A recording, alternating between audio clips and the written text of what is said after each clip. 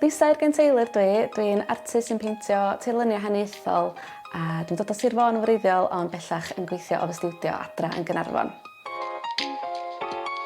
Hwn di'r llun cyntaf dwi'n mynd i siarad amdano fo, sef anthropomorphig.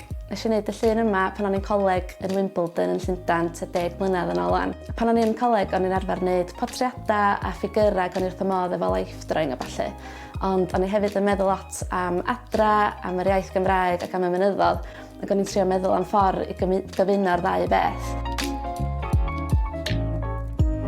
O'n i hefyd yn meddwl am lenyddiaeth Cymraeg ac am Caradog Prisiad yn trosiadu fam i fod yn frenhines yr Wyddfa ac am hen feir yn dweud bod ni'n dod yn rhan o'r mynyddodd pan da ni'n marw.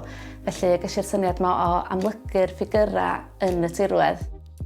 Felly mae'n lluniau fi, maen nhw'n gyfuniad o lefydd penodol a ffantasiol, dychmygol. Hwn di'r ail un, felly triptych masif nes i wneud ar gyfer fy sioe unigol yn Ynys Môn.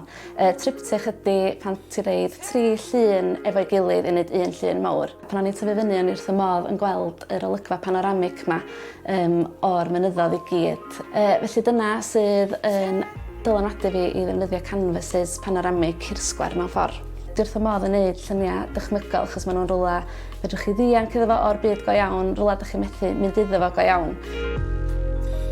Maen nhw wedi cael eu lleoli yn y gorffennol pell mewn ffordd. Does na ddim hoel dyn yn agos i'r lluniau, dim llwybra, dim peliona, felly maen nhw mewn byd fwy pur a heddychlon sydd ddim wedi cael ei dyfetha gan ddyn. Hwn di'r llun ola, sef moel eilio a mynydd eliffant. Felly, yn ogystal â wneud lluniau o lefydd dychmygol, dwi hefyd yn gwneud lluniau penodol yn arbennig ar gyfer cwsmar fel arfer os dwi'n gwneud comisiwn. Felly, dwi jyst yn licio dangos pa mor hardd ydy'r ardal ac ysbrydoli pobl i beidio cymryd y tirlun arbennig mae sgennon ni yn ganiataol. Dwi hefyd yn cael fy dylanwadu gan natur yn enwedig machlud haul a'r haul yn gwawrio a'r lliwiau bendigedig da ni gael yn yr awyr.